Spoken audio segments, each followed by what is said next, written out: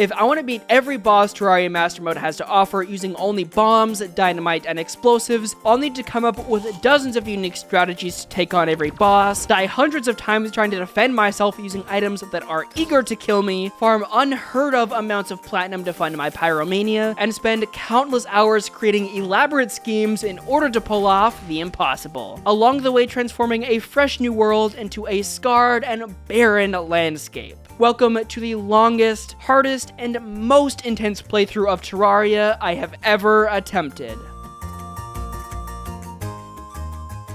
I enter my brand new world, cut down a couple of nearby trees, then get straight to work in the mines. Being without any sort of explosive, I make sure to break any pots I find along the way, resulting in me getting my grubby little hands on my first set of bombs. Oh, what a magnificent sight that totally won't grow into a trauma-inducing trigger. Anyways, I use my sword in the only way I can without breaking the rules, mine any platinum I see, and put my bombs to good use on a batch of undeniably innocent slimes, marking the first victims of my chronic pyromania. The caves lead me to the most lucrative mushroom biome I have ever seen, gifting me a mace, 2 extractinators, warding Hermes boots, let's freaking go, and a pair of shoe spikes, as well as 20 extra health. Too bad it isn't enough to save me from the aerial piranha that does me in moments later. One death down, hundreds upon hundreds to go. Now back at spawn, I frantically start working on setting up any form of base camp, only to witness cold-blooded murder mere feet away from me. I make all of the basic necessities and continue working on the base till the demolitionist decides to finally show his lovely face. For obvious reasons, this is the most important NPC of the playthrough, so after drooling over the grenades I know I can't have, because they deal ranged damage, I settle for purchasing a couple dozen bombs, which I immediately use to kill slimes for their gel, subsequently causing irreversible damage to the landscape. And for this much destruction of property, I got 38 gel. Now just imagine how much more destruction it would take if I wanted to,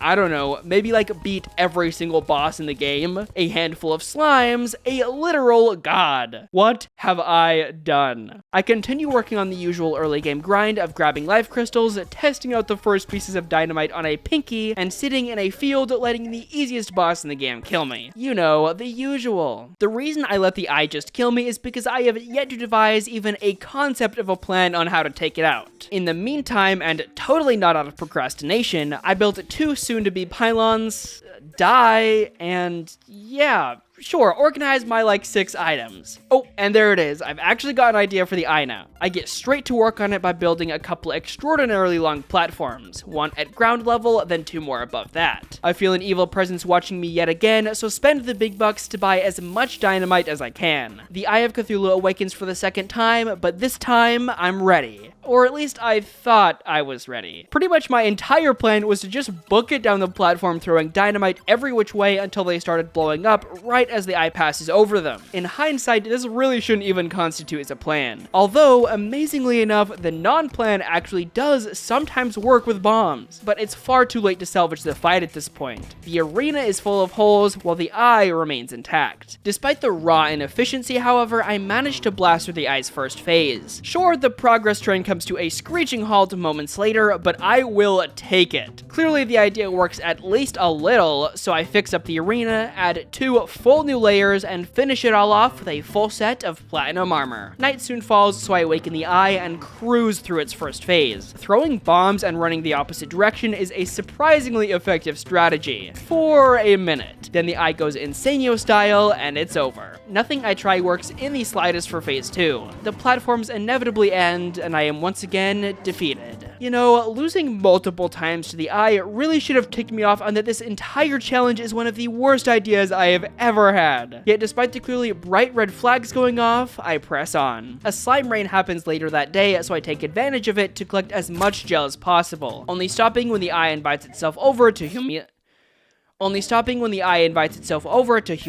me. But the suffering doesn't stop there, as before I even have time to brush my teeth in the morning, the army arrives, and while I wanted this to happen so I could get the Goblin Tinkerer, I failed to consider what fighting off an entire army using only bombs would entail. The invasion does actually start off pretty well. I'm slaying gobbies and blowing crap up. Really, what more could a guy possibly ask for? Then the magicians arrive, and like that one image of the girl on the couch, I have been completely surrounded by things I'm probably not ready to take. take on, that is. I am nearly defenseless to magic, suffering death after death after death. Constantly getting sorcelled, I die 36 times in total to the pre-hard mode goblin army. Oh, and once to the eye again. But finally, in the midst of a blood moon, the goblin army has at last been defeated. And for my pain, suffering, and affliction, I get, drumroll please, an unreasonable amount of property damage. Yippee! I make it through the blood moon by doing the daily traddle, which I do very well at if I do say so myself. It ends, so I spend some time to recover at least some semblance of order in the arena, as well as find and untie the goblin tinkerer, but don't actually buy anything because I am super broke. The one thing I do have, however, is my super mind, which has figured out a way to completely negate the more destructive parts of explosions. And it has everything to do with one of the most basic items in the game, the humble chest. I craft 50 of the glorious items and line the left side of my base with them. For those confused, chests have the unique property of being 100% resistant to any and all explosives. But more importantly, and what I'm really after, is the fact that they make the blocks directly beneath them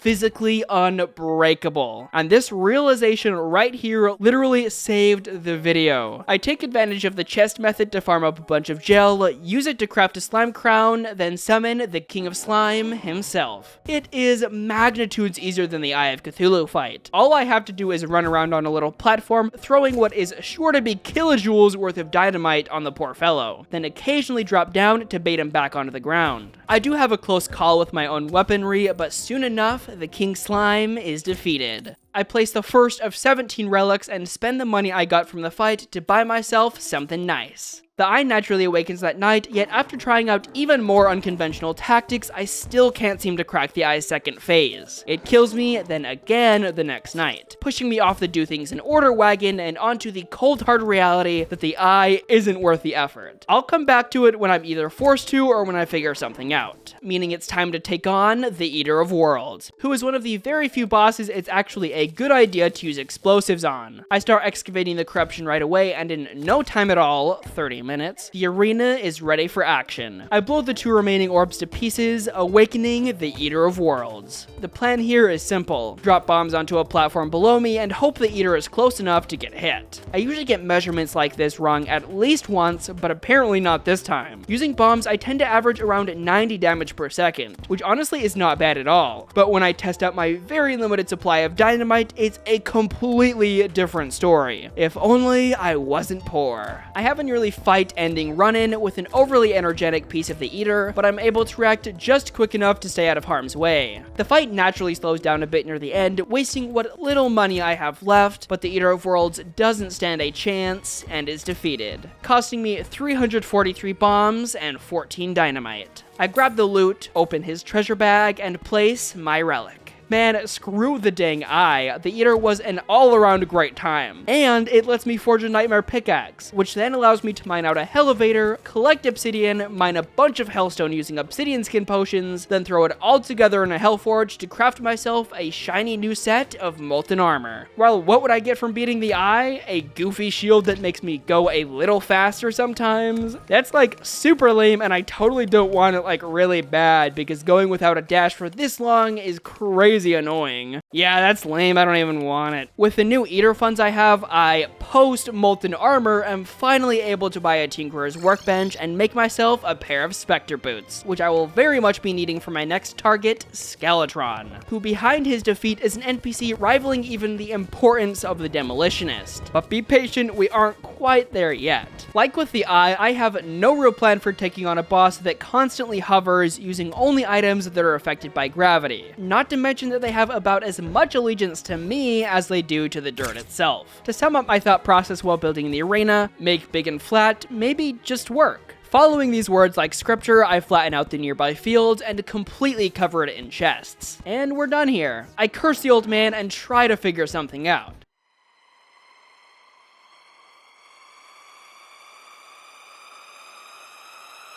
I do literally 0 damage and die. Yet not giving up, I return the next night to try out sticky bombs, only to be met with the same fate. At a complete loss, I go back to the drawing board while marking a few things off my to-do list, like upgrading my boots to the lightning variety and taking on the king slime for money. But it's clearly not my day, as midway through the battle, I run out of bombs, forcing me to grab the 9 spare bouncy dynamite from the house to use instead. This ends in catastrophe when I am killed by the very thing that was meant to save me. The king slime despawns 1 dynamite away from defeat after wasting every last remaining explosive I had. Great, now I'm double broke. Frustrated, I leave the world and boot up Team Modloader to turn my attention to actually figuring out this whole Skeletron thing. I've tested tons of base level ideas in the main world already, but for testing more advanced strategies, it's so much easier to do in a creative world. Now, I don't want to spoil what I come up with quite yet, so just know that it took a while to finally solve the Skeletron problem. I boot up the normal world again because it's time to get preparing. First things first, my money situation has been abhorrent for far too long. I'm going to need serious coinage throughout the entire challenge, so let's just get it over with. I quickly throw together a pretty decent gnome farm I found on YouTube, letting me almost AFK for a while. My piggy bank now full, I can move on to the Skeletron specific prep, which starts with saying goodbye to the armor I never got to fully utilize. It feels very strange downgrading my armor, but for the plan to work, I can have 0 knockback whatsoever. And with the anti-knockback shield being post-Skeletron and all, gladiator armor is my only option, which is why I'm currently in a moss-ridden marble cave. I dig out a big area for hoplites to spawn and sit in my little box, occasionally blowing the beasts below sky high. Once everything is set up, it's a surprisingly short amount of time to get the complete set. On to reforging, I guess. I need as much defense as I can get, so I reforge all of my accessories to warding, including my Magiluminescence that takes 53 reforges to finally land on warding. So much for having money. Everything put together, I'll have 39 defense during the fight, not including iron skin potions or bass statues. Next up,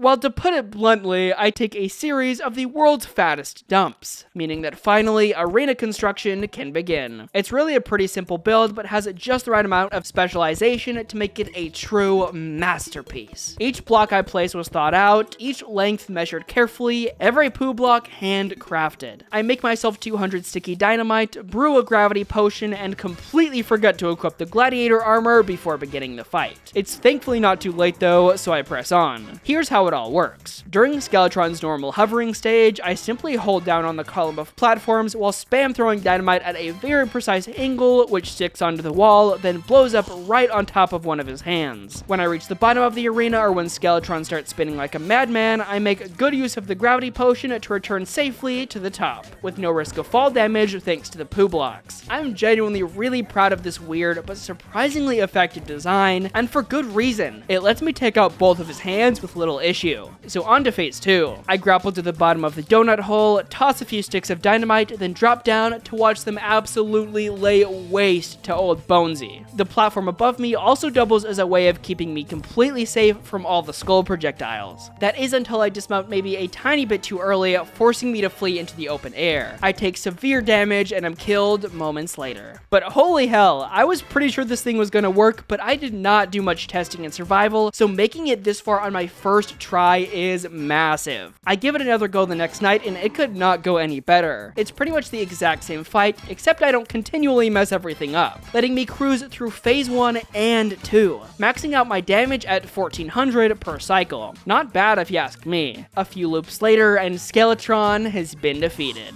At long last, opening up the dungeon to visitors. I enter its depths looking for only 2 things, a cobalt shield to replace my armor and the mechanic, both of which turn out to be a lot harder than I expected. Trying to kill a dungeon slime with bombs is unreasonably difficult. The tight hallways, skeletons being everywhere, and the slime's erratic movement do not work in my favor. I am, however, eventually able to pull it off and find the shield as well as the mechanic, who as of right now isn't super useful, but throughout the entirety of Hardmode will be key to achieving any form of success. Free from the dungeon for now, I decide it's time to buckle down and beat the beast that has killed me another 6 times since I last mentioned it. I build a little platform out of the far cheaper than chests indestructible block and summon the Eye of Cthulhu. The entirety of the fight consists of me grappling, tossing, then dropping. And with all of my warding accessories and molten armor, the eye barely makes a dent in my health bar. So at long freaking last, the Eye of Cthulhu has been defeated.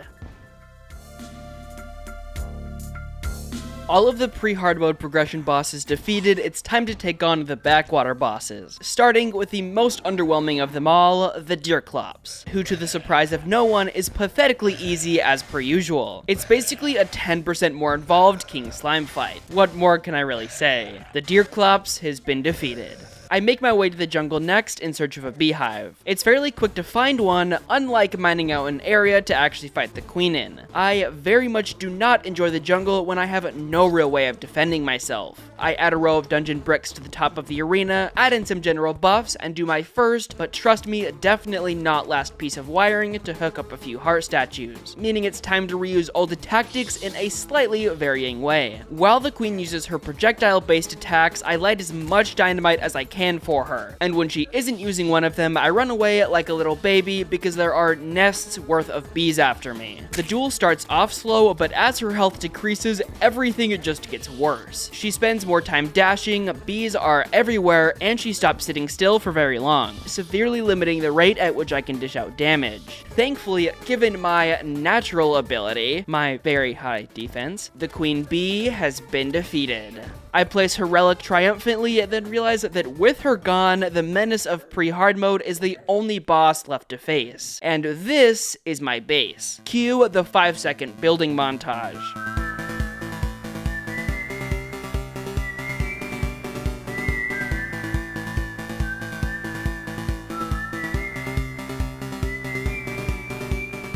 Gotta be honest with y'all, I think I've really outdone myself this time. Unfortunately, no matter how proud I am of my new base, it's still time to commit a few sins and begin construction on a hell bridge. I get 3 blocks in before dying. That's it. This is going to suck beyond belief. I have 0 ways to defend myself against the underworld enemies, at least without directly undoing the one thing I'm actually here to be doing, meaning that even if a single hellbot spawns in, I am immediately put on a death timer. Throughout the entire duration of building, I rarely manage to make it 60 seconds between deaths. It is miserable. Now, I do plan on using dynamite on the wall, so once I finish the actual bridge, I need to cover it in chests. Here's where I break out the real strats, and you guys can too. If you're ever in need of massive quantities of iron, like for making hundreds of chests, for example, you can buy anvils from the merchant, and with the help of Shimmer, decraft them into regular iron bars. Using this, I'm able to completely cover the underworld in chests, which ironically, an entire world covered in chests is kind of like my ideal heaven. Now, I should probably make the actual bridge longer, but reaching the outer limits of my patience, I deem it plenty long. But oh no, is the fun not over yet. For now, I need to get in possession of a voodoo doll. I build a little box for safety and wait. Then die, then wait some more, then die some more. Until after over an hour of agony, I'm able to kill a single voodoo demon and collect its doll. In total, to build the bridge and get the doll, I died 53 times to Hell's ruthless inhabitants.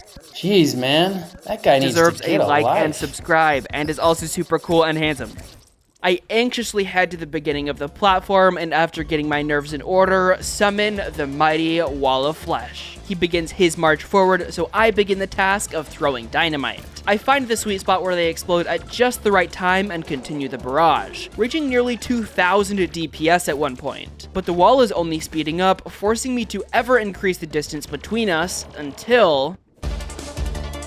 yeah, somehow at completely full health, the Purge of the Underworld has been defeated on the very first attempt, releasing the spirits upon the world and completely shocking me. I was not at all focused on the wall's health and honestly thought the fight was just getting started when he died. I mean, the entire fight took place in less than a minute. But hey, I will absolutely take having an easy boss fight because believe you me, something like this will not be happening again. I consume the demon's heart and feeling like my relics deserve a more proper home, construct them just that, in which I place my 7th trophy of victory, blissfully unaware of just what I had gotten myself into. At last, in hard mode, it's time to upgrade my gear a bit. I head to the corruption and smash every altar I can find. I was really hoping to get titanium so I could take advantage of its set bonus, but hey, increased melee speed will surely come in handy too. I grab some spelunker potions and drop into the depths, mining, then crafting all the way from cobalt to orichalcum, then finally to adamantite, out of which I make the full armor set, which I put right to work trying to isolate the brand new corruption biome that has completely overtaken the desert. It of course goes beyond horrible given the corrupt underground desert is the worst biome in the entire game, but on top of the disastrous mining, the now vastly upgraded goblins decide it's the perfect time to give the whole invasion thing another shot. This too goes horrifically, so much so it's not even worth showing given how much crap I still have to cover. To quickly summarize all of the bland but important stuff I do, I completely isolate the 2 corruptions and hallow, build an herb farm, collect a bunch of pixies so I can brew better healing potions, equip a snazzy new fit that took way too long to make, and finally, I build a big platform in the sky for killing wyverns. The first wyvern spawns, and as per usual, I don't have a plan, resulting in a not unexpected but disappointing failure. I ashamedly try a bunch of equally brain-dead tactics on the next few dragons until I get over myself and break out the single reason this challenge is going to be at all possible: explosives, as in the block, which deals twice as much damage as dynamite and is activated by wire, making things like this possible with a touch of wiring and a few pressure plates. Now, I really can't emphasize this enough, but the system I'm using to collect myself a few souls of flight is soon to become the basis for taking on the hardest bosses that this game has to offer in the hardest difficulty. That's how powerful it is. This design does have a few downsides, however, which are time, money, and space, requiring unreasonable amounts of all 3 of them. But for now, I kill a couple dozen more pixies and make myself a fresh new pair of wings. Knowing the price of war is going to be exorbitant, I return to the Gnome Farm, where I am soon interrupted by the first mechanical boss I plan on taking down. But knowing this isn't the type of thing I can just bullcrap my way through, I let Skeletron Prime do me in. Yet the encounter filled me with bloodlust, so I get right to working on an arena. I kick things off by covering the flatlands near my base in chests, then re-break out what I have officially deemed the Delayed Pedestals method, or DP for short. Making good use of an ice rod, I built a bunch of mid-air pedestals just high enough that the explosives I eventually place on them won't be able to hit me or destroy the ground beneath them. They also need to be spaced at least 10 blocks apart so they don't destroy each other. That's where the first aforementioned expense comes in: space. For every explosive I place, I need to dedicate a full 21 by 21 block area to it. The first layer done, I realize that minimum I'm going to need 100 explosives in order to take out Prime. So I break out an adamantite pickaxe to mine out a full second layer underneath the first, then again to make a third. See what I mean by a lot of space? All of this is for the first hard mode boss. I add in all the pedestals to the new layers, wire every single one to activate a few blocks after I run past it, and here's where expense number 2 of DPing shows itself: time. Setting up this one smallish arena took ages because of all of its complex parts and necessary precision. Then finally, sitting at the very top of the expense pyramid sits money. Dynamite on its own cost me 30 silver a pop, an already obscene price only made worse by the fact that the arena uses explosives, not dynamite. And this is its crafting recipe. See that? In order to make a single explosive, I have to spend nearly an entire gold. And by using a bit of math, you can figure out that in order to stock the entirety of Ground Zero with explosives, it's going to cost me just shy of a platinum. Ground Zero complete, I await Knight's Cold Embrace, then summon Skeletron Prime. By running down the layers while he spins, I'm able to detonate the explosives right as he passes over them. And when he stops spinning, I drop down to the lowest layer where I have plenty of room to dodge all of his arms. And amazingly enough, everything seems to actually be working. The problem that eventually makes itself known has nothing to do with the arena, but more with my damage calculations as I explode the final explosive with Skeletron still plenty alive. I let him finish me off defeated, but still very happy with how the fight went. At least knowing now that the DP method actually works, I blow up the nearby mountain, RIP Herb Farm, to extend Ground Zero horizontally this time. I also add DPs to the bottom layer just in case my firepower still comes up short. Unfortunately, that was my only mechanical skull, forcing me to throw together the best Souls of Light farm I could muster. either. I can't defend myself against enchanted swords, but it gets the job done well enough. New skull in hand, I once again summon Skeletron Prime and get to running. All is going well until I make a nearly fatal mistake. I somehow pull off surviving and reach the end of the first layer, making me run back to the start on the same floor because I poorly designed the arena to only work in one direction. It's not a big deal at the moment, but will definitely be coming back to haunt me. For now, I press on, making it all the way to the final layer, where Skeletron Prime is soon defeated. Overall, not too tough of a fight, just very time-consuming and stressful. The first mech down, I have a chat with the world's newest resident, from whom I buy a Blendomatic, allowing me to use asphalt for all of the arenas going forward. Side note, for anyone curious, here are the accessories I'm currently rocking. Next up on the agenda is regrettably the twins, as the game gives me a free trial to test how to tackle the ruthless duo. I'm pretty sure DP will work on the twins as well, but I definitely need to make a fair few adjustments. The big one being that the delay the explosives wait after being passed under needs to be extended if I want to hit the twins, meaning I have to tear down all of the bottom wiring, then fully redo it to add another 10 blocks of delay, making it so this pressure plate now triggers this explosive instead of this one. I take a break to deal with some solar eclipse baddies, fill up Ground Zero with all of the necessary explosives, and pull out my America impression by expanding even further west. Ground Zero Mark II complete, I summon the twins. While Spaz shoots fire and Rhett fires his lasers, I'm able to hit both of them at the exact same time, whereas when one of them is dashing, it's really tough to be hitting either. I reach the end of the first layer right as Rhett bursts into a second phase, yet due to my poor design, I end up taking way too much damage on the return journey, dying with the pair at 28,000 health.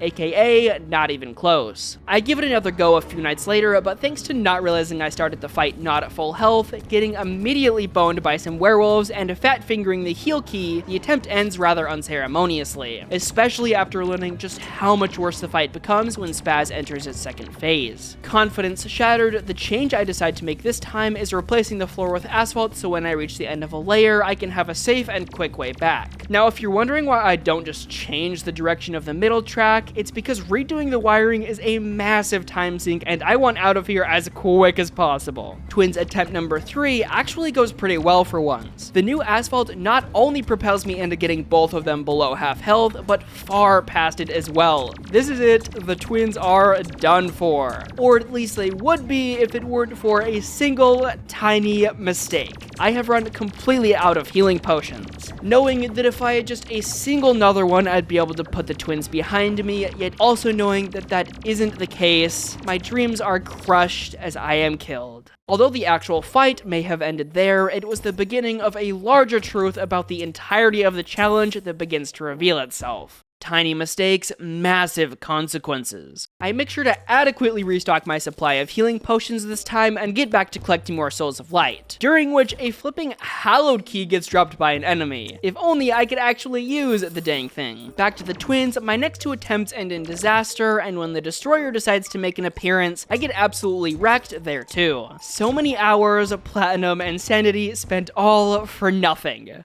Finally pushing me over the edge to just buckle down and spend the time to make some upgrades. To start, I summon Skeletron Prime, easily take him down, and spend the spoils forging a complete set of hallowed armor, granting me the very powerful set bonus of being able to dodge a full attack every 30 seconds. A massive deal when every hit is so devastating. I give the Holiday Brothers one more go, and this time I'm screwed over not by my own survivability for once, but by the size of the arena. Running out of explosives only 27 away from success. Starting to learn that time put in might just result in better results, I commit to adding yet another freaking layer. But not only that, I also change layer 1 to face in the opposite direction. It is painfully slow the whole way through, but worth every second, every death, and every block.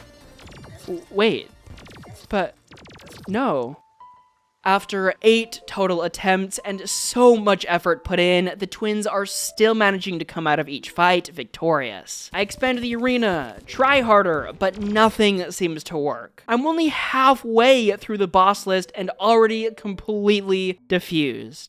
At this point, I really don't know if I have what it takes. Then, out of the blue comes attempt number 10. No new gadgets, gizmos, or cheeky strategies. Sometimes all it takes is a bit of raw determination, baby. Spaz enters phase 2, swiftly followed by Rhett. the battle is really on now, taking me down to a maximum 10 health twice in a row before barely healing just in time to see the mighty spasmatism blown to pieces. It's just me and you, buddy. My life once again flashes before my eyes, but after so many failures, I finally break through the trend as the twins are defeated, immediately smothering all of the pain it took to get here with the feeling of utter triumph. I fought for this victory, and goddammit did I deserve it. Yes, you did see that correctly, and no, that was not a graphics error. Despite the fact that the last chapter took nearly 35 hours to complete, I have yet to reach the halfway point of the challenge. So let's get a move on, because there's a lot more to go. My plan for the Destroyer is somewhat similar to using DPs, but for the sake of time, I'm gonna spoil how that rabbit hole ends. The idea was to manually trigger an unreasonable amount of explosives all at once while the Destroyer was spread out, so that every single piece of him would be taking the brunt of at least one explosive, hopefully killing him with a single flick of a lever. Which, I mean, come on, would that not be super cool to see? Unfortunately, no matter what I tried, something always went wrong. And even when everything went right, the results were lackluster, to say the least. So let's just skip over all of that nonsense to the revised plan, which coincidentally is almost the exact same one I used for the Destroyer's predecessor, the Eater of Worlds. Build a platform in the sky and don't stop clicking, just with a few extra steps this time. I do try out the bare minimum just in case that's all I need, and while it definitely isn't, it does show that the idea is 100% going to work. The damage alone is enough to make my dad finally proud of me. Okay, that's probably not true, but the strategy is for sure going to work. I extend my safety box vertically to give me some jumping room, equip a cross necklace to increase the length of my invincibility frames, and summon the Destroyer. The probes still prove to be too much, however, and I realize that some of them attack from above and below me, so jumping has no real benefits for most of the fight. To put a band-aid on that problem, I add my trusty set of heart statues to the chamber. Again, I make it deeper into the Destroyer's health bar, but don't quite achieve victory. So I bring in the big guns, building 2 pedestals on either side of me, hooked up to levers I can activate whenever I feel the horde of probes is getting a touch too thick. I use another mechanical worm, and the Destroyer awakens. As per usual, the beginning of the fight is rather relaxing, only picking up speed as more and more probes start spawning. I trigger the left side explosive first, and it works better than I could have hoped for. I'm still occasionally getting hit, but it drastically extends the time between. I soon blow up the right side, and it's smooth sailing from there until the final mechanical boss has been defeated. Gotta be honest, it was a really nice change of pace using dynamite again, but the show must go on, so after forging a pickaxe axe, into the jungle I go. The first order of business in the jungle is getting turtle shells. I love my hallowed armor, but I think I love defense just a bit more. I throw together a little monster killer that ends up being surprisingly effective at keeping me safe while doing the opposite for everything else, quickly earning me my first, second, then third shells. So on to chlorophyte, which I again somehow pull off without much interference. From the jungle, that is. I collect all of the chlorophyte I need, use it to make a lovely new set of turtle armor, and call it a good day. A statement that very much does not withstand the test of time, because it's time to not only figure out how on earth I'm gonna beat Plantera, but then actually build it. In the jungle, defenseless. What I'm about to put myself through is basically the Terraria equivalent of making direct eye contact with the kiosk salesman at the mall, aka a very bad idea. But I've gotten a way around it, so into the mossy depths I delve, where despite having more than enough time to mull things over, I still don't have a proper plan. All I know is that I'm probably going to need a lot of space, so get to digging.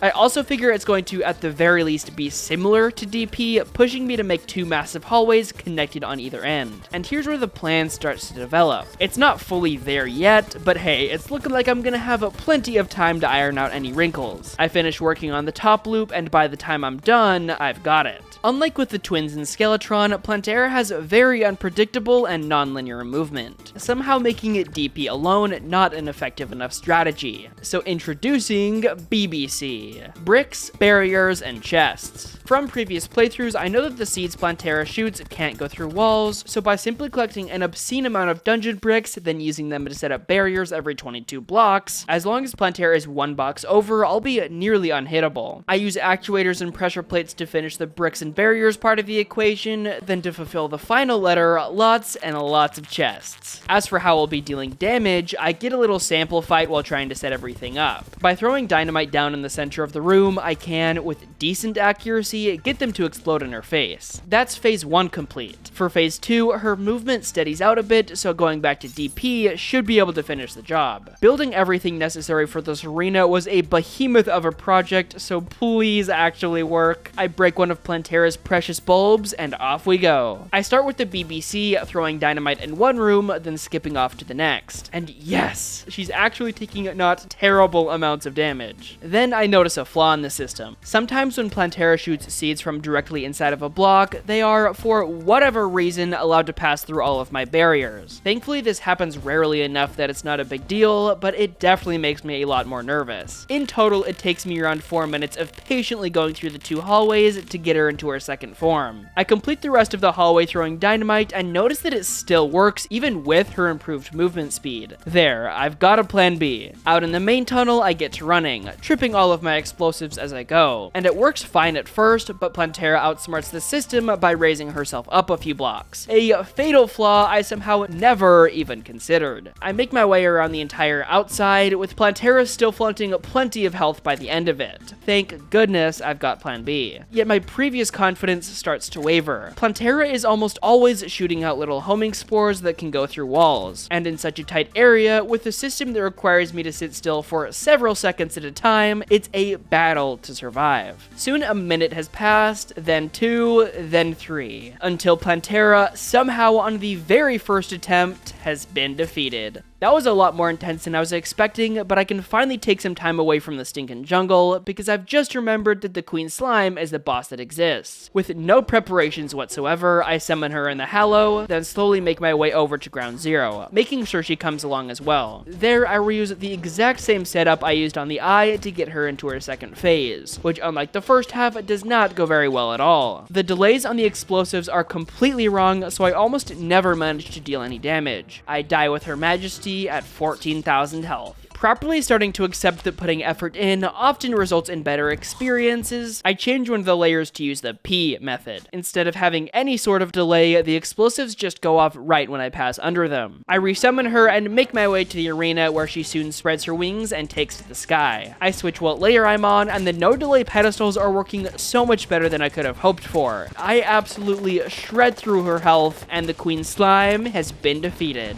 Gotta say, it's not very often that I get to beat 2 bosses in the same recording, but man, does it feel good. Moving right along onto the next tyrant, I return to the jungle to unlock its sacred temple, then traverse its ancient halls. Too bad I don't make it very far. Thankfully, on attempt 2, my traversal goes a bit better, showing me something I was pretty sure to be impossible, then leading me to the Golem's chamber, which has been blessed with extremely good verticality, something I very much need in order for my plans to go over smoothly. I throw up the usual platform, add in plenty of arena buffs, alongside a set of heart statues hooked up to the temple's pre-existing wiring. And it's done. No crazy schemes or plans on this one, just a boatload of dynamite. I insert a power cell, awakening the lizard's false idol, Golem. I've really enjoyed being able to use dynamite more on the last few bosses, but not this time. Not even close. Throughout the entire duration of the fight, I throw 863 dynamite, and for the sake of getting as much out there as possible, I was clicking at least twice that fast the entire time. My finger already in agony from the spam clicking, Golem's first then second fists are blown to bits, which is great for my survival, horrible for my damage output. The Golem's actual hitbox is in just the right spot to avoid 90% of the explosives going off, causing massive gaps between dealing even a bit of damage. Just what my poor, dying finger needs. He eventually gets knocked into phase 2, letting me relax on the dodging for a second.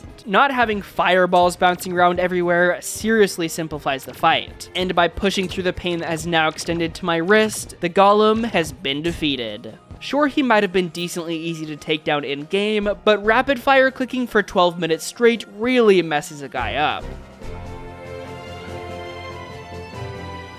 Brand new spoils in hand, I take my armor up a notch and say goodbye to its incredible thorns set bonus that I only illegally used a little bit. With only 4 bosses remaining, the time I have dreaded from the very beginning of the challenge has arrived. The point where I have no idea whether or not the remaining bosses are even going to be possible. I was pretty confident that all the others would be doable, but the Empress of Light, Duke Fishron, the Lunatic Cultist, and the Moonlord himself have so much more health, deal infinitely more damage, have wildly unique attack patterns, and are built to be unkillable. And I somehow have to figure out a way to put each of them 6 feet under using only explosives, starting with the Empress of Light. I know the Empress will probably be the second hardest boss in this video, so before doing any testing or anything, I want the best gear I can have, which much to my chagrin is Master Ninja gear and a frozen shield. It takes around half an hour of setting up the farm, then killing turtles to get the shell to finally drop. And honestly, I really wish it could have taken longer because there's nothing left for me to do but enter the dungeon, from which I need a black belt, tabby, and most dreadful of all, a paladin's shield. I try running around killing things at first, but don't get anywhere doing it, so set up the most scuffed dungeon farm you'll probably ever see. The killing room makes use of a weird platform glitch that keeps the blast chamber only enterable, not exitable. In this aspect, it genuinely does a decent job. The problem with the whole thing ends up stemming from not the setup itself, but from the actual challenge. I cannot kill most of the dungeon's special units. In fact, here's the full list on monsters that are an insta-death if they spawn, enemies I can temporarily survive with, and easy pickings. Altogether, an infuriating ratio to deal with. So much so, I die 14 times before even laying my eyes on a paladin, whose kill gets stolen from me by a giant skull. Without fail, whenever a paladin so much as takes a step onto screen, an insta-kill creature spawns as well. Now look, I'm gonna trust you guys to keep a secret. I may or may not have shimmered my new beetle armor back into turtle armor for its set bonus I probably shouldn't be using. The tabby and black belt are both incredibly easy to acquire, letting me make the shield of Cthulhu's cooler older brother, Master Ninja gear. The problem is getting the dang shield. But finally, after hours of slowly losing it, I managed to kill a paladin that drops its hammer. Of course. The next one I see is quickly followed by the usual ragged caster, so it's pretty much over. Except, psych, no it isn't! His health is rapidly dropping, and thanks to the absolutely legendary dodges from my Master Ninja gear, I'm able to light enough dynamite before dying, killing the paladin despite my absence. I return to collect my prize and realize that all of that work was just so I could have knockback resistance. What am I doing with my life? I recraft my beetle armor and officially get to work on what is soon to be the new and improved Empress-oriented Ground Zero. I previously did a super quick test in a creative world to find the Empress's general movement measurements, and going off the results, I split each of the layers into 350 block long sections to match one of the Empress's full attack cycles, as well as switch out every other layer's floor for asphalt. That way I'll have plenty of vertical room to dodge the Empress's more advanced attacks. Here's how the base layout of everything ends up looking. I essentially plan on running back and forth on all of the layers, returning to the classic DP method for dealing damage. The problem is, this many layers was barely able to take out the twins. The Empress has over 50% more health than them, meaning the DP method is getting upgraded to DP squared, which is actually super simple in concept. I just need more delayed pedestals. By adding a complete row of pedestals above the others, I'm not only able to hopefully double my damage output, but avoid having to expand the actual size of Ground Zero. Like I said though, it's super simple in concept, not in implementation, requiring me to essentially wire a completely new, full-sized arena's worth of explosives, pressure plates, and this time, junction boxes as well. It takes ages to do, but Ground Zero Empress Edition has been completed. I load up the now hundreds of pedestals with explosives, catch a prismatic lacewing, then blow it to smithereens, summoning the Empress of Light. I book it across the first layer and realize I screwed up big time. My rapid-fire double-decker explosives are working functionally the same as when I only had one layer. The top explosives are going off way too early, but even if they were timed correctly, as I learn in a test I do in a bit, the Empress's immunity frames last longer than the delay between explosions. I still make my way through the entire arena just to see where it lands me, and with every explosive activated, I am killed having dealt 50,000 damage out of the Empress's 124,000 total. I try fixing the top row's delay, but as you you already know, that doesn't work in the slightest, putting me in a tough position of desperately trying to figure out a solution that preferably doesn't include more than doubling the size of my arena. I do a bit of moping around until the pieces all start sliding into place. The double-decker couch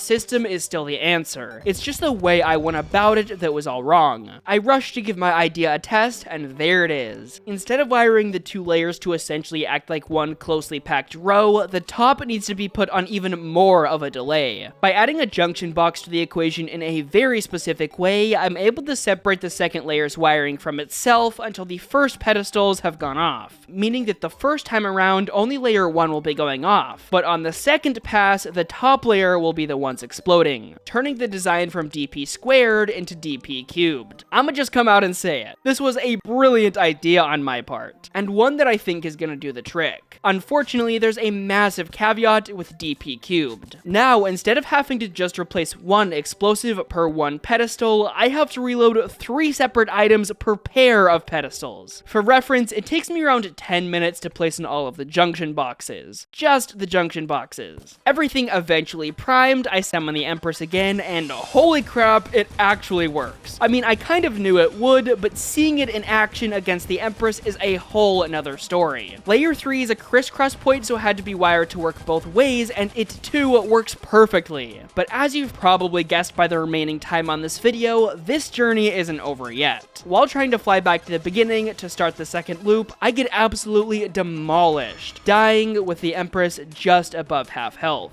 I didn't realize it at the time, but literally the exact same second I died was also the moment I officially surpassed the 100-hour mark of the challenge. Good grief. I spend the next hour replacing all of Ground Zero's parts, then summon the Empress again. I'm able to make it back to the end of the first loop, then past it, dropping the Empress below the halfway point and into phase 2. I really wish I could say the second half went just as well as the first, but trying to balance staying alive with hitting all of the pressure plates at the right time is nigh on impossible. So despite making it all the way back through the track, the Empress is very much still alive. Having issue after issue is really starting to get to me. For this round of modifications, I decide that the abandoned layers really aren't getting used whatsoever and would be far better utilized as proper explosive platforms. Adding them back into the loop requires some heavy wiring updates, but I try and pick a new path that requires the least amount of said renovations. I kill another lacewing once everything is set up, get a new personal best, and die only moments later. So I give it another go, then another. But her unrelenting attacks force me to regularly leave the ground, bringing my damage to an immediate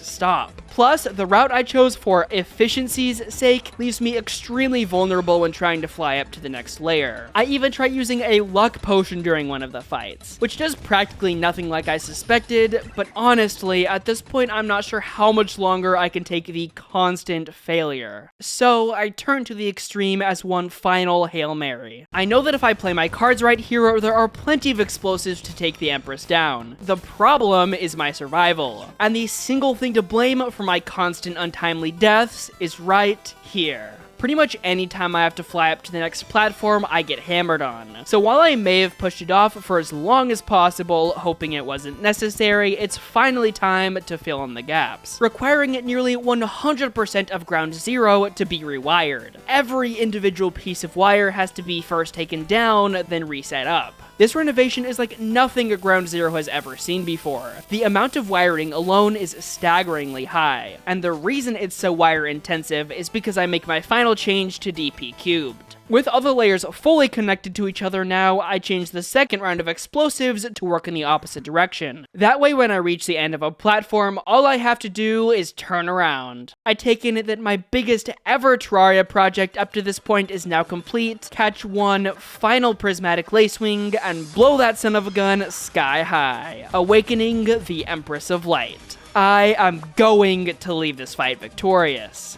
Never mind, it's over.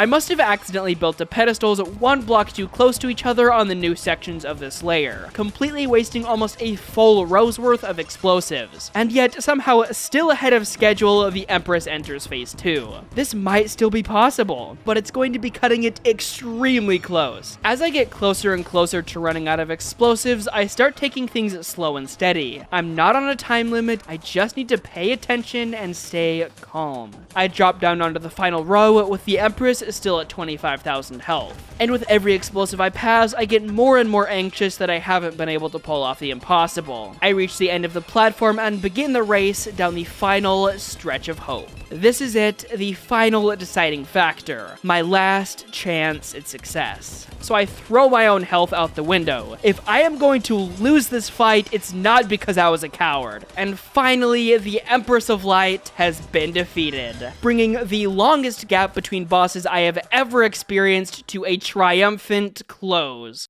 And I was this close to failure. Heart still racing, I open up her treasure bag, equip the soaring insignia inside, and place what up to now is my single most deserved relic. Coming in at the low price of 30 hours, 55 minutes of work, 35,879 pieces of wire, all hand-placed, and 854 explosives per attempt. What a ride. The Duke being the final, I repeat, final optional boss, he's up next on the agenda. And I have some bad news. Without bending the rules a little, the Duke Fishron is physically impossible to beat. I spent a long time in a testing world trying to find any semblance of an idea for this guy, but nothing. He isn't impossible because of my abilities, but because of the physical restraints put in place by Terraria itself. For reference, here's how big Ground Zero is in comparison to the size of the ocean biome I'm restricted into using during the fight. There just isn't enough space to deal enough damage. But don't worry, I'm still going to be beating the Duke, just with methods that are a little bit cheaty. He plays dirty, I play dirty. The design I implement is probably familiar to a lot of you, as I'm going to be using an invincibility chamber, or at least try to use an invincibility chamber. I forget a few very important pieces the first time, but here's how it's supposed to work. By locking myself into a tiny chamber with a super low level enemy like a slime, who only does 1 or 2 damage per hit, my invincibility frames will be active at 99% of the time, protecting me from the vast majority of the Duke's attacks. And with good enough regen, even if I do occasionally get hit, I'll be able to heal it back in no time. Something my still damaged from last time pointer finger will not be able to do again, because just like with the Golem, I need to be constantly left clicking. The Duke's health slowly slips past phase 1 and into 2, then finally into phase 3. Given the unfortunate circumstances, there's really not much to talk about with this unfairly one-sided fight, so the Duke Fishron has been defeated. I know it's kind of lame, but I was hoping just as much as you were that all the bosses would be possible normally. Thankfully, however, the Duke is the only boss that I end up needing to bend the rules on. I have absolutely no idea how I'm going to pull it off, but mark my words, I am going to beat this challenge fair and square, even if it kills me.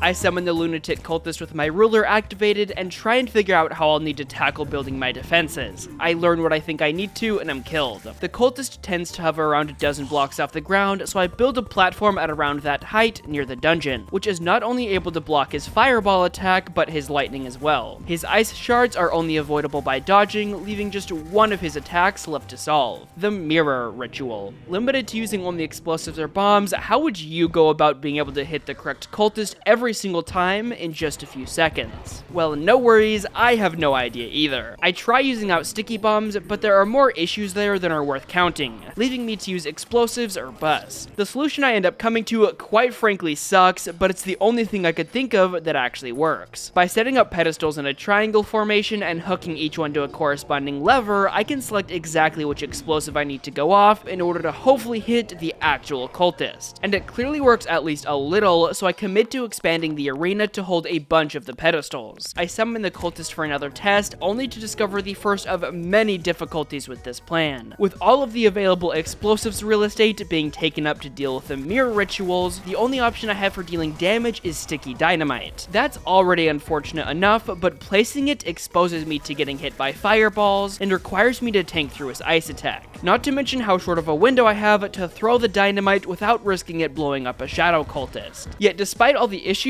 I at the very least know the general idea is going to work, so move on to solving the greatest problem of the entire challenge. How do I kill a boss that has 277,000 health, constantly shoots deadly projectiles, has an attack that deals 450 damage on contact, and worst of all, needs to be damaged in 4 separate, constantly moving places? I mean, just look at the ranges I'll need to be constantly adjusting for throughout the fight. It took me 30 hours to beat a boss with half the health health, an easy to predict pattern, and that doesn't require me to fight an alien invasion every couple of failed attempts. Thankfully, I've been thinking about how I plan on solving this behemoth of a problem since before even starting the challenge, so I at least have a general solution to build off of. And for it, I need a pit. A big one. I spend the next couple of recordings slowly chipping away at it until it's finally finished. This is already insane, and I'm just getting started. I spend the next few hours in a testing world to get everything fully fleshed out. Now, I don't want to show you the process of completing the plan in a testing world, because that's kind of lame, but just know that it took 9.5 hours of building, testing, then adjusting in order to get it to where it is now. Here's how it works. When the Moonlord awakens, I, at the exact same second, need to start holding right, where I have added very precisely placed reverse booster tracks and dips that directly correspond to the Moonlord's attacks, letting me dodge them effortlessly with pretty good consistency. For dealing with the Death Ray, I let the minecart's speed build up a bit before slamming into a bumper, changing my direction. Using a bumper like this means the only things I have to do for the first half of the fight are hold right and maybe drink a potion or two. The defensive portion of the track covered, let's switch over to offense. By passing over loads of pressure plates that have been rigorously tested in order to make sure they go off in the exact right place and the exact right time, I'm able to deal damage to all of the Moonlord's eyes. While moving right, the explosives are aimed to hit the Moonlord's left hand and top eye, while traveling left, his right and top eye. Getting all of the pieces to fit in with each other was a touch complicated, but it works. At least as far as I know. In the testing world, I only used 3 layers, since the first 2 just get repeated over and over. When I rebuild this in the main world, I'll need to build at least 8 total layers, giving any time miscalculations I may have unknowingly done plenty of time to compound and screw everything up. The Moonlord's core also needs to be addressed, but it's pretty simple, so let's just get there when we get there. For right now, I need to somehow copy this, times it by 4, then build it in the actual world. And I think my perfect equal relevance and intelligence-wise buddy Mumbo Jumbo really summed it up best. I need to be really careful. I need to take this seriously, because if I get a single block out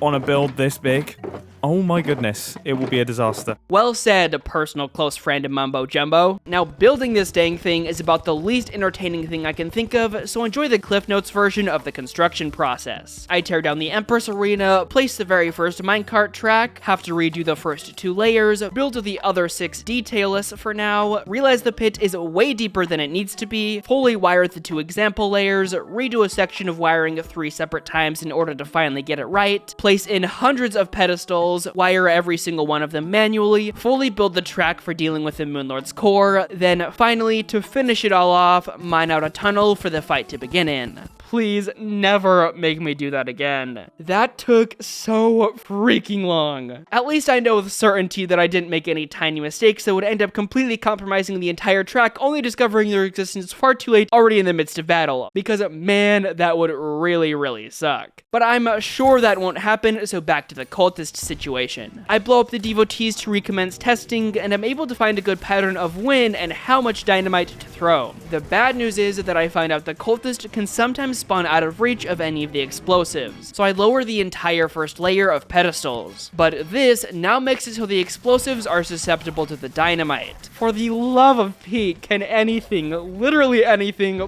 please be simple for once? I end up solving this new issue by marking out specific areas to use the dynamite so I don't accidentally waste any explosives. The constant issues finally abating, I'm able to get the cultist below half health for the first time, giving me the confidence to get out the proper equipment and start on the actual attempts. I awaken the Lunatic Cultist, beginning the ultimate game of Tag You're It. The fight itself is pretty boring, but I have to stay constantly aware. A single mistake is enough to bring the entire thing crashing down. The second a phantasmal dragon spawns is the exact same second it's over. I give it another go and am killing it, literally, reaching the cultist's second phase in perfectly good condition. Then swoops in the ancient vision from last time, who had apparently picked up my coins after I died, making themselves undespawnable. Fix your dang game, Relogic. Just kidding, I love you guys, please don't be mad at me. This single act of bad luck soon ends up turning into a downright streak of awfulness. As I lose the next, and listen closely here, 8 attempts. I really didn't think it was possible, but I have managed to make the Lunatic Cultist a genuinely hard fight. Most of my failures end up coming from either a single misclick or standing in barely the wrong spot, which is super frustrating. I do get a slime staff out of one of the fights, which I guess is cool. My final attempt, spoiler alert, starts off like any other. The only difference, of course, being that I don't make any mistakes this time, propelling me into the cultist's far more dangerous second phase, where there are now multiple attacks I have to be worried about, and the time between each mirror ritual is extended, drastically decreasing my overall damage output. Yet as you know, I managed to not make a single mistake, and the Lunatic Cultist has been defeated,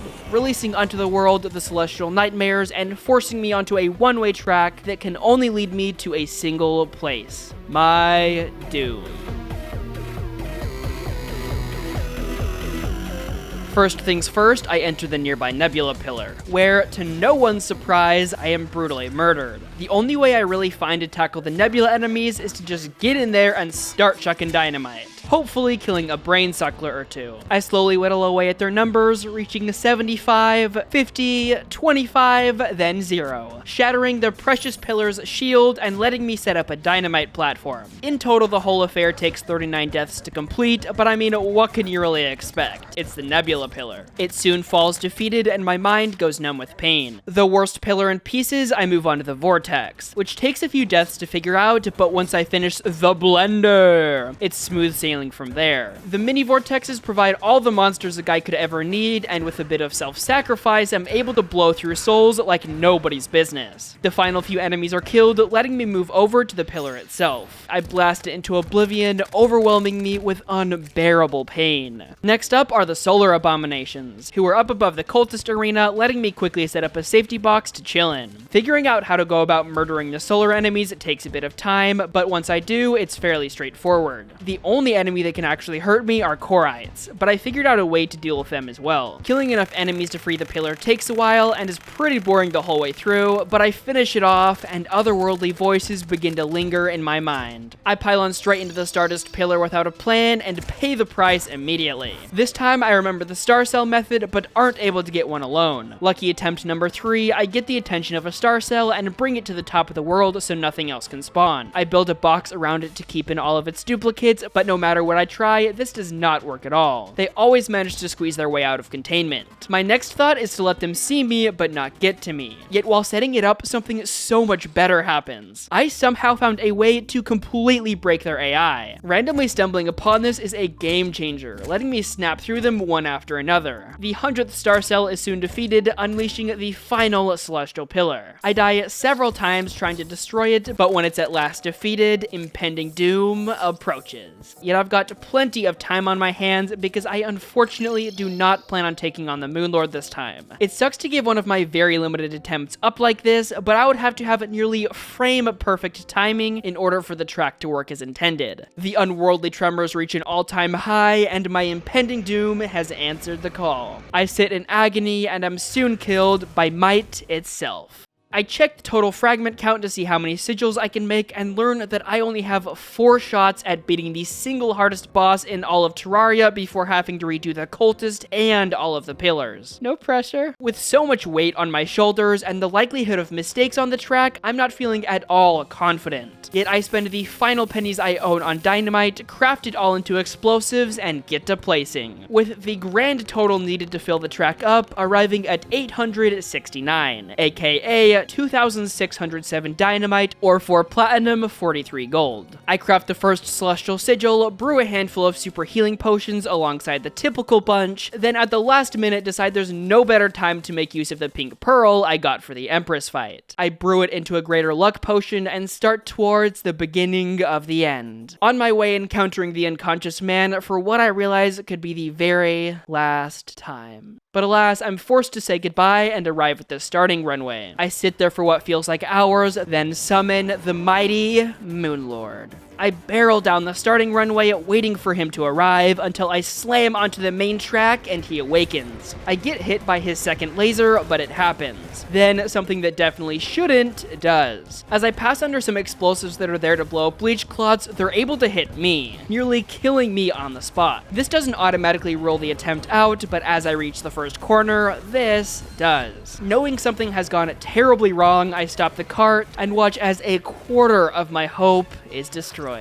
In case it was unclear, none of what just happened was supposed to happen, other than that first hit. I really never was able to fully figure that one out. It takes a few rewatches of the fight to realize what actually went wrong, but here's what I found. First, the runway section was built 10 blocks too short, causing me to hit the track this much ahead of schedule, which doesn't seem like a big deal, but on this track, it is. The other thing I found was that I had somehow completely missed placing in a booster track. I had it on every other layer, but for whatever reason, it just wasn't on the bottom one, making me gain too much speed and get hit by the phantasmal death ray. Then there's the whole issue with some of the explosives being too close to the track, which I'm glad I realized so early because this mistake actually was on all of the layers. I fixed the problem points and refill all the pedestals. So much for the last time seeing this guy. I double check the track as best I can, then invoke the celestial powers once more to call down the Moonlord. This time I hit the track at the exact moment the Moonlord spawns, and everything seems to be actually lining up.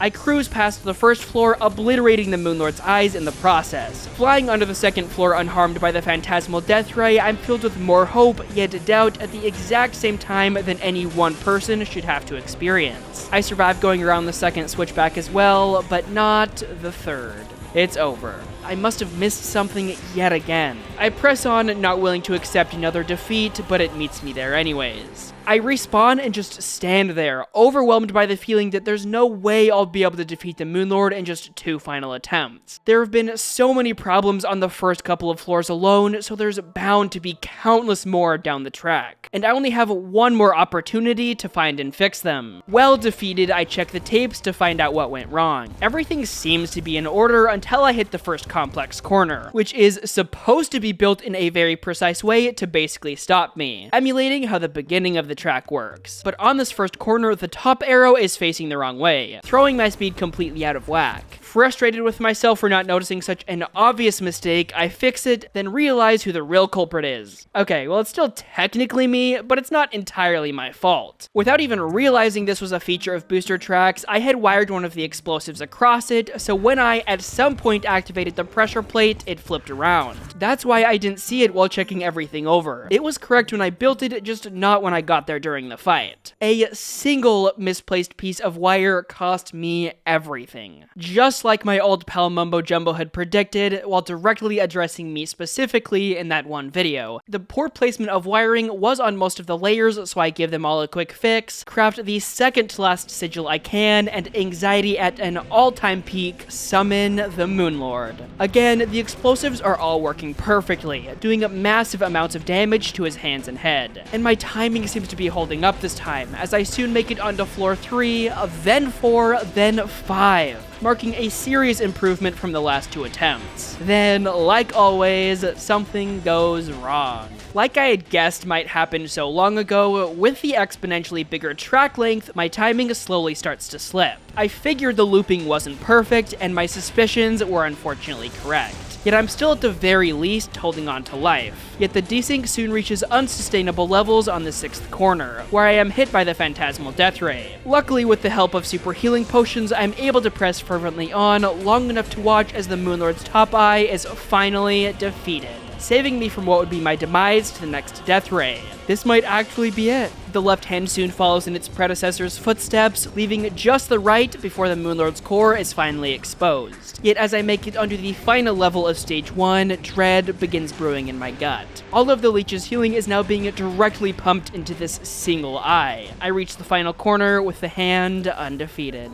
I was only 15 explosives away from being able to take a shot at the Moonlord's core. I give it my all trying to use what I built for the Moonlord's core to finish off the hand, but the healing continues to pour in, forcing me to at last throw in the towel and accept yet another defeat.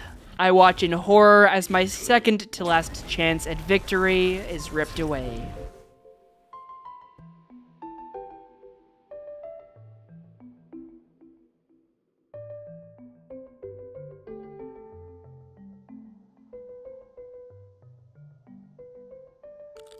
This was genuinely heartbreaking, realizing that despite the fact everything worked just like it should, I still fell short of the finish line crushed my spirit. And the pressure that now rode on the shoulders of this final attempt before having to redo hours upon hours of work was enough to keep me up at night. I know that sounds a little dramatic, and maybe it is, but I am over 150 hours into this playthrough already, and the thought that if I messed up just a single another time, it would mean adding even more onto that was just too much for me to handle. I take a few days to work on other things, but eventually return knowing that by the end of this recording, I'll either be shouting from the rooftops or dreading spending another minute on this challenge. So I take no chances on my adjustments, going all in on adding more pedestals that hit the right hand to the left hand oriented sections, hopefully pushing the damage high enough to defeat it this time. I also add in as many arena buffs as are necessary to completely cover the track. It took a while to collect all of the life crystals I needed, but I'm really not at all willing to skimp out on something that could potentially save my life. The pirates also decide right now is a good time, and despite having killed hundreds already, only now do they decide to drop a discount card. I prime all of the pedestals, triple check that everything is in order, and return to my post. This is it, the final chance at achieving victory, and I take it. Hitting the track, heart racing faster than even my minecart. I reach the second floor and watch as my new explosives get to work on the Moonlord's hands. Then, just like before, as I hit the sixth corner, my timing slips far enough ahead to subject me to the first phantasmal death ray. Hands shaking with anticipation, the first eye is defeated, swiftly followed by the top eye mere moments before my demise. I continue on to the final stretch that'll hit the Moonlord's left hand, and 6 explosives away from complete disaster, it too is defeated, exposing the final barrier left standing between me and the greatest of victories. I hit the last bumper and immediately slowed down to exactly 40 miles an hour. I've actually managed to make it to the final and by far least tested section of the track, where the only 2 things I actually know are that I need to maintain my exact speed, and that if I plan on surviving, I actually need to pay attention and react to the Moonlord's attacks. I know I can survive, but as I advance further and further down this one-way track, I start questioning if it'll be enough. I did 0 calculations on whether or not this section was long enough, simply building it until I reached the end of the world, where at the time I figured there was absolutely no way it would need to be longer. My speed takes a hit going over some hills, making me miss a bunch of explosives before being able to readjust myself. That could literally be the deciding factor. There simply aren't enough explosives left to destroy the core. Fear building with every block I pass, I think back to all of the victories I thought impossible proved otherwise. All of it to arrive at this single, all-important moment.